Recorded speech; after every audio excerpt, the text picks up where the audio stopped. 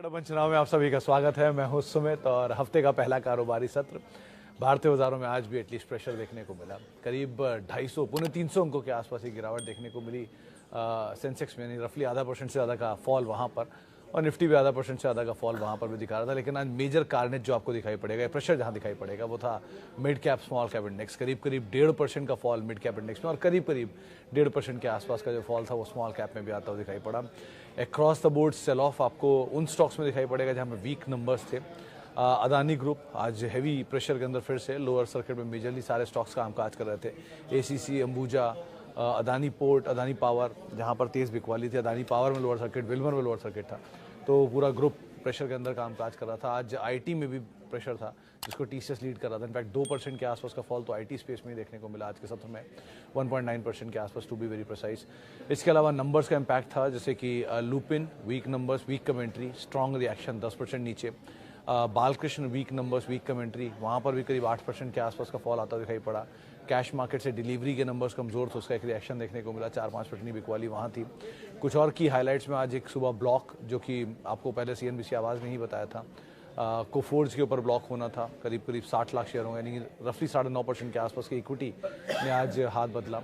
इसके अलावा cash market कुछ कंपनियों के नंबर्स बेटर साइड पे भी, जैसे कि राणे के नंबर्स ठीक ठाक दिखाई पड़ेंगे आपको, या फिर जो बाकी एंसिलरी स्पेस के नंबर, ग्लेनमार्क के नंबर बेटर थे।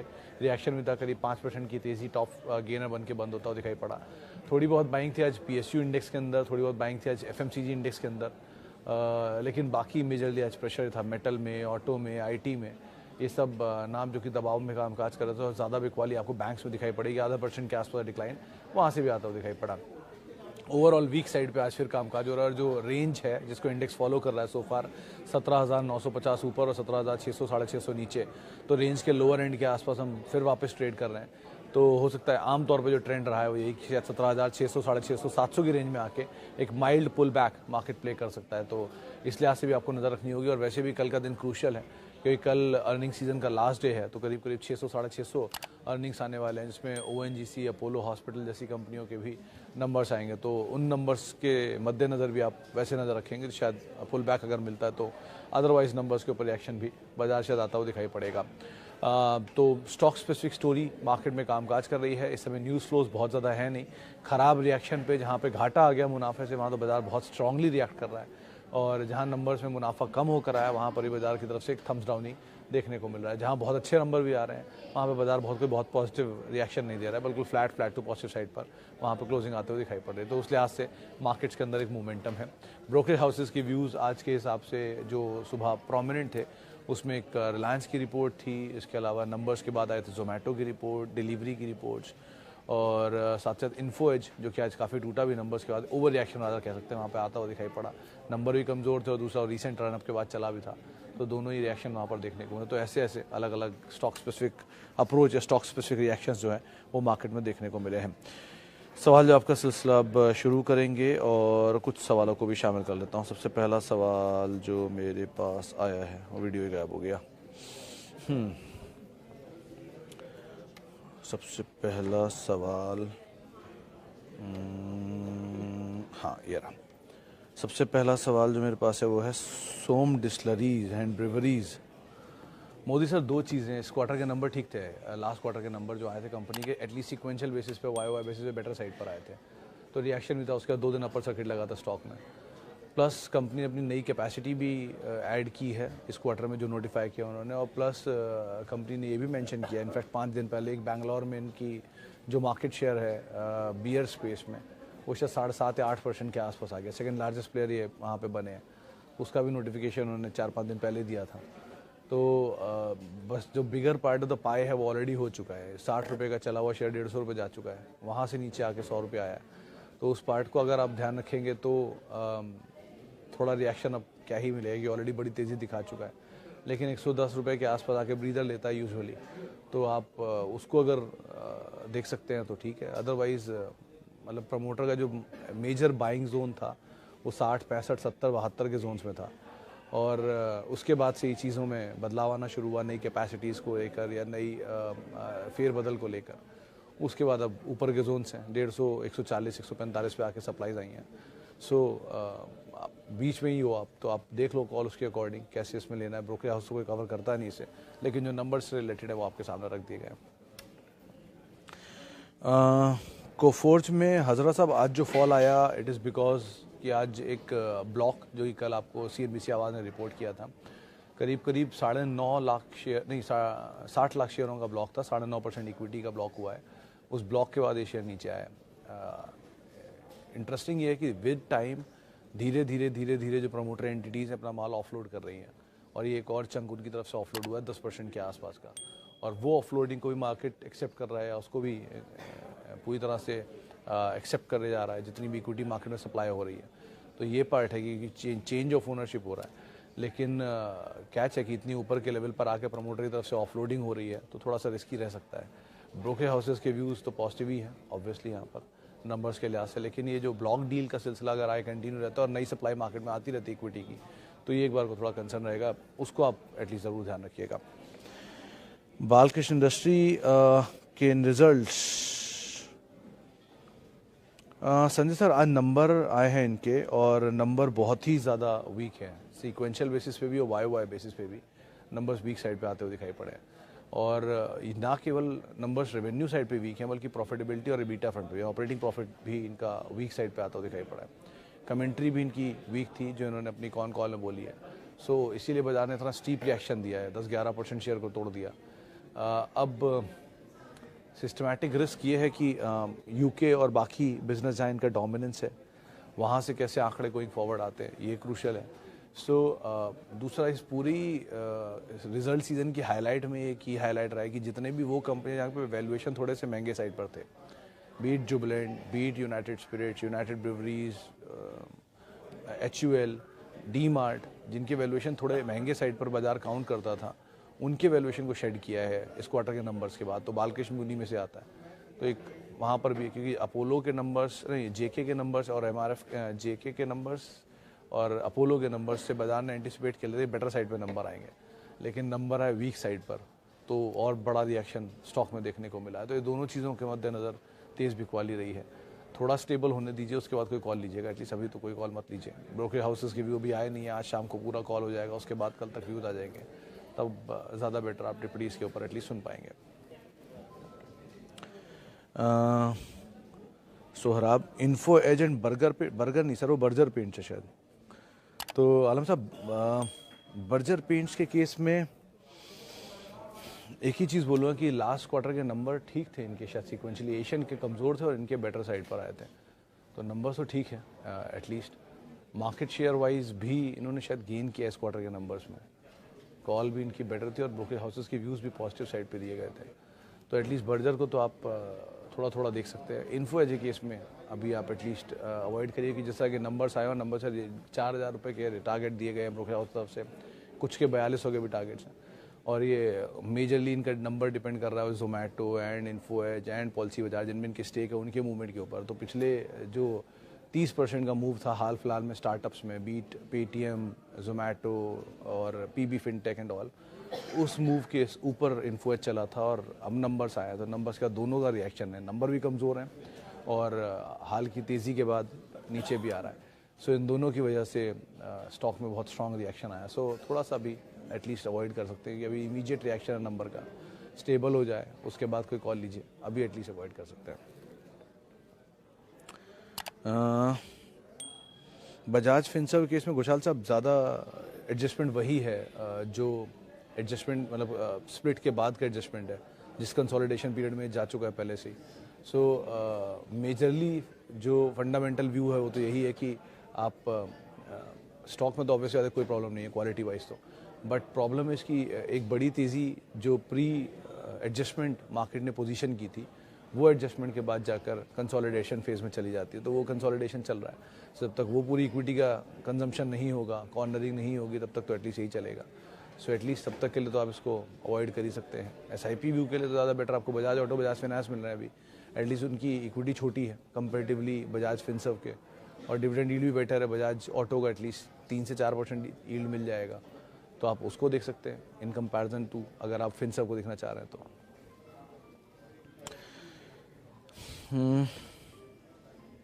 नेक्स्ट सर, ये बात तो है, मतलब नंबर्स थोड़े से वीक इस बार ही भी आए हैं और बहुत ही वीक आए हैं। क्यू ऑन क्यू बेसिस पर भी नंबर वीक है और वाई बेसिस पे भी नंबर वीक है। जिस तरह की उम्मीदें लगाई जा रही थी कि कुछ तो बेटर होगा, कुछ भी बेटर नहीं हो रहा। इनफैक्ट आज ही किसी से बात हो रही थी तो ये बात थी उस समय पर जब ये 100 रुपये के रेंज में था तब मेजरली ब्रोकरेज हाउसेस के व्यूज़ भी पॉजिटिव थे, सारे जानकार भी तेज़ी बोल रहे थे, चीज़ें बेटर होने की बात कर रहे थे।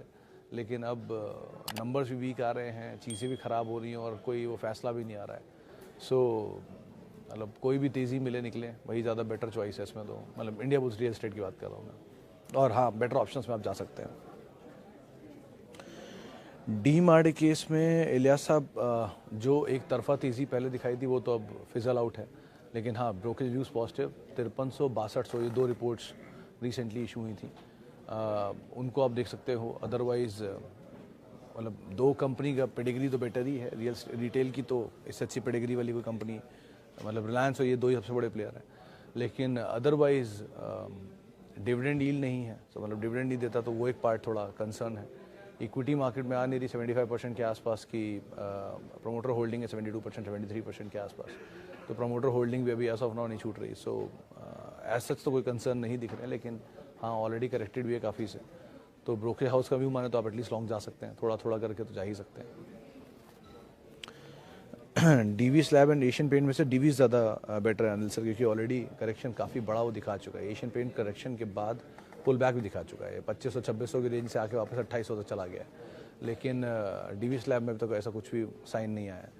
नंबर एटलीस्ट ज़्यादा वीक डीवीज़ के ही थे एशियन के कंपैरिजन में। बहुत स्टीप रिएक्शन भी उसमें ही देखने को मिला in comparison to Asian Paints. Brokerage houses का व्यू पॉजिटिव दोनों स्टॉक को लेकर भी है। उसके 2800 की मिनिमम रिपोर्ट थी जो अचीव ही हो गई ऑलमोस्ट, और उसके केस में एशियन पेंट के अंदर 2500-2600 की टारगेट की रिपोर्ट थी, वो भी ऑलमोस्ट अचीव हो चुकी हैं। सो मेजरली तो अपसाइड ही की बात करेंगे तो 3200 एशियन पेंट्स के केस में और करीब 3800 के आसपास, 3600 से 3800 की रेंज में कहीं पॉजिटिव साइड की रिपोर्ट डीवी स्लैब में थी। सो दोनों में से आपको ज़्यादा well position at least risk reward के लिहाज से डीवी स्लैब दिखाई पड़ रहा है, एटलीस्ट अगर आप इन दोनों में ऑप्ट करना चाह रहे हैं तो। इसके अलावा my portfolio 5.5 lakh, Asian Paint, Bajaj Finance, DMart, Titan, Infy, Tata Elxsi, और ऐड नहीं करना चाहता मैं, क्या सही रहेगा? मतलब मैं समझा नहीं, लेकिन आप अगर इन्हीं स्टॉक्स में रहना चाह रहे हैं तो मतलब सारी क्वालिटी हैं, एशियन पेंट्स, बजाज फाइनेंस, डी मार्ट, टाइटन, इन्फोसिस, टाटा एलेक्सी, सभी सही हैं। इसमें मतलब कोई चेंज करने की ज़रूरत तो मुझे दिख नहीं ली।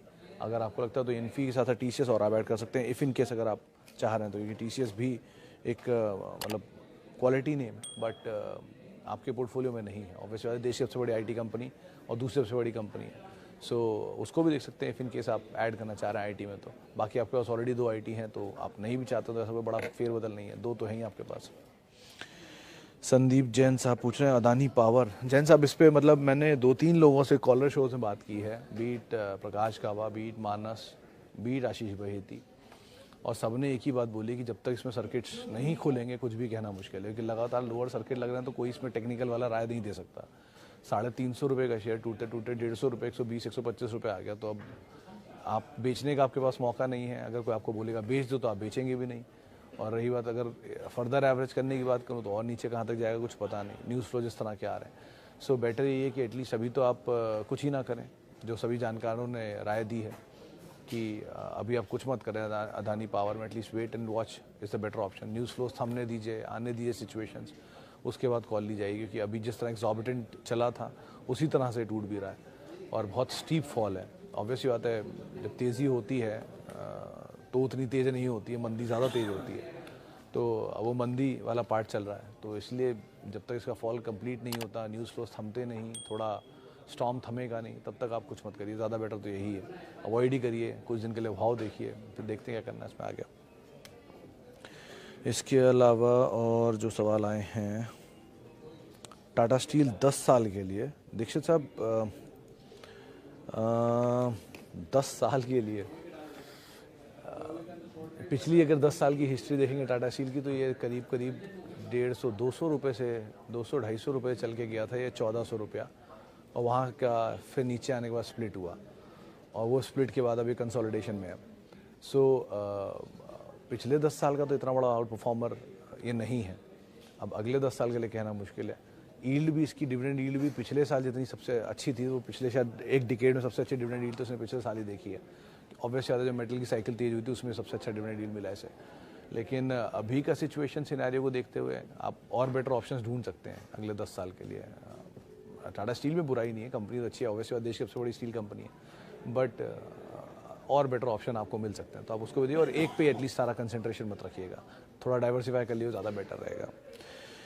ओके, इसके अलावा अदानी पोर्ट पे बात हो गई, इंडिया बुल्स पे बात हो गई, उसके अलावा अदानी विल्मर में क्या करें? दुबे सर सेम स्टोरी है, क्योंकि ग्रुप में कुछ भी ना कुछ न्यूज़ फ्लोज रोज़ आ ही रहे हैं।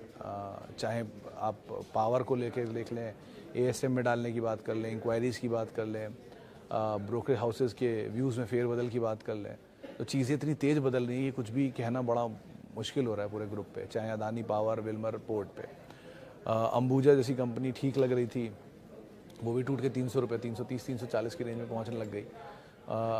अदानी पोर्ट लग रहा था संभलेगा, वो भी टूट रहा है। विल्मर लगेगा संभलेगा, वो भी लोअर सर्किट लग गया। तो अभी कुछ भी कहना समझ में नहीं आ रहा है कैसे टिप्पणी की जाए, क्योंकि चीज़ों में बहुत तेज़ फेरबदल है यहाँ पर और न्यूज़ फ्लोज के हिसाब से यहाँ पर बदलाव हो रहे हैं। तो कैसे आगे गोइंग फॉरवर्ड चलेगा कुछ भी मुश्किल है। ब्रोकरेज हाउसेस के व्यूज़ भी नहीं है इसके ऊपर, सो टिप्पणी इसलिए करना थोड़ा मुश्किल है। तो ध्यान संभल के ही अपनी कोई भी राय लें। बट ग्रुप में अमंग ऑल एक तीन ही जानकार मान रहे हैं कि तीन ही ऐसे एसेट्स हैं जो कैश फ्लो जनरेटिंग है। पहला is Ambuja, second is Adani Port, third is Adani Wilmar. तो इनमें at least risk of probability of losing money थोड़ी कम है in comparison to front line, तो आप उसके हिसाब से यहाँ पर कॉल ले सकते हैं। बिरला सॉफ्टवेयर केस में सर ऑलरेडी डैमेज हो चुका है, वो एक क्लाइंट डिलीशन का इनके केस में, अब थोड़ा सा जाके स्टेबल हुआ है। और एल&टी माइंट्री में भी कंसोलिडेशन चल रहा है, तो दोनों स्टॉक अभी कंसोलिडेशन में रहेंगे। एटलीस्ट इन दोनों में ज़्यादा बेटर एल&टी, इन्फोटेक, माइंट्री है, बट टाइम ज़्यादा लगेगा कि नंबर एडजस्टमेंट से पहले चल चुका है, तो अब थोड़ा सा टाइम ले सकता है। लेकिन दोनों में बेटर अगर आप ऑप्शन ढूंढ रहे हैं तो L&T, infotech, माइंट्री is a better choice, at least size wise, promoter wise. Birla software case में वो क्लाइंट का कैंसिलेशन होना इनके लिए थोड़ा कंसर्न है, बाकी तो ठीक ही है, अदरवाइज इतना कोई चैलेंज नहीं। कि बस वो क्लाइंट एडिशन का जो कैंसिलेशन हुआ है वो एक बड़ा चैलेंज गया जो इस क्वार्टर में होके गया इनके लिए। थैंक यू दीक्षित साहब, बहुत बहुत शुक्रिया हौसला अफजाई के लिए। उसके अलावा SEBI report on traders profitability, Malik साहब ये सेबी की रिपोर्ट हो या ना हो, मतलब जिन्होंने मुझे कभी मार्केट समझाया तो उन्होंने यही मुझसे कहा था कि अगर आप 10 साल तक अपना कैपिटल प्रोटेक्ट करके चले गए तो पैसा अपने आप बन जाएगा। कैपिटल प्रोटेक्शन आपका प्राइमा मोटिव होना चाहिए मार्केट में। आज की डेट में सबको कैपिटल प्रोटेक्शन समझ में ही नहीं आता, सबको लगता है कि आज पोजीशन लो और कल डबल हो जाए, 3 दिन में डबल हो जाए, 4 दिन में डबल हो जाए। आप हमेशा यही सोचते हो कि 100 रुपये का माल लूँगा 120 में बेचूंगा, कभी ये सोचते ही नहीं कि 100 रुपये का माल लूँगा 60 रुपये में दोबारा लेना पड़ सकता है। तो जब आप कॉन्ट्रा सोचना शुरू करोगे तब आपको शायद बेटर मिलेगा, क्योंकि आपने वर्स्ट ऑलरेडी डिस्काउंट कर लिया है क्वालिटी के साथ एटलीस्ट। तो अगर मान लीजिए आपने कभी टीसीएस लिया होता 3000 रुपये में या 3500 रुपये में या 4000 रुपये में इवन, और आपने सोच लिया होगा 3000 रुपये में इसको बढ़िया से एक्यूमुलेट करूँगा, इसीलिए मैं अपनी कुछ पैसे को रिजर्व छोड़ देता हूँ, एक कंपलसरी बाइंग नहीं करता हूँ। और अगर आप ऐसा छोड़ के चले गए होते तो शायद 3000 में आपको एक अच्छा मौका मिल गया था वापस और ऐड करने का, और आपका एवरेज भी नीचे ले आया होता वो। सो आप इसीलिए सबको ये लगता है कि मैं 3000 लूँगा 3200 में बेच दूँगा। कभी कोई सोचता ही नहीं है कि 3000 लेके 2800 में भी लेना पड़ सकता है, 2600 में लेना पड़ सकता है। बाजार दोनों तरफ चलता है, तो आपका दोनों तरफ का एपेटाइट है तो बहुत अच्छी बात है। नहीं है तो थोड़ा परेशान होंगे, होगा कुछ नहीं, पैसा घूम के ऊपर आ जाएगा। और एक बहुत इंटरेस्टिंग और बहुत ही इंपॉर्टेंट चीज़ वो यही है कि मार्केट कुछ भी कर लीजिए 12 से 15% रिटर्न ही देगा। आपको नहीं समझ में आता, कुछ समय में समझ में आ जाएगा, कुछ सालों में समझ में आ जाएगा, लेकिन देगा उतना ही। आपको लगता है टीटीएमएल जैसा स्टॉक नहीं 200%, 3 तो गुना, 4 गुना पैसा बना देता है, बनाता है, लेकिन उसमें फंसने की गुंजाइश कितनी है वो आपके लिए भी नहीं है। आप उसमें एंट्री लेवल पे कभी एंट्री नहीं कर पाओगे, एग्जिट लेवल पे मैक्सिमम एंट्री करोगे।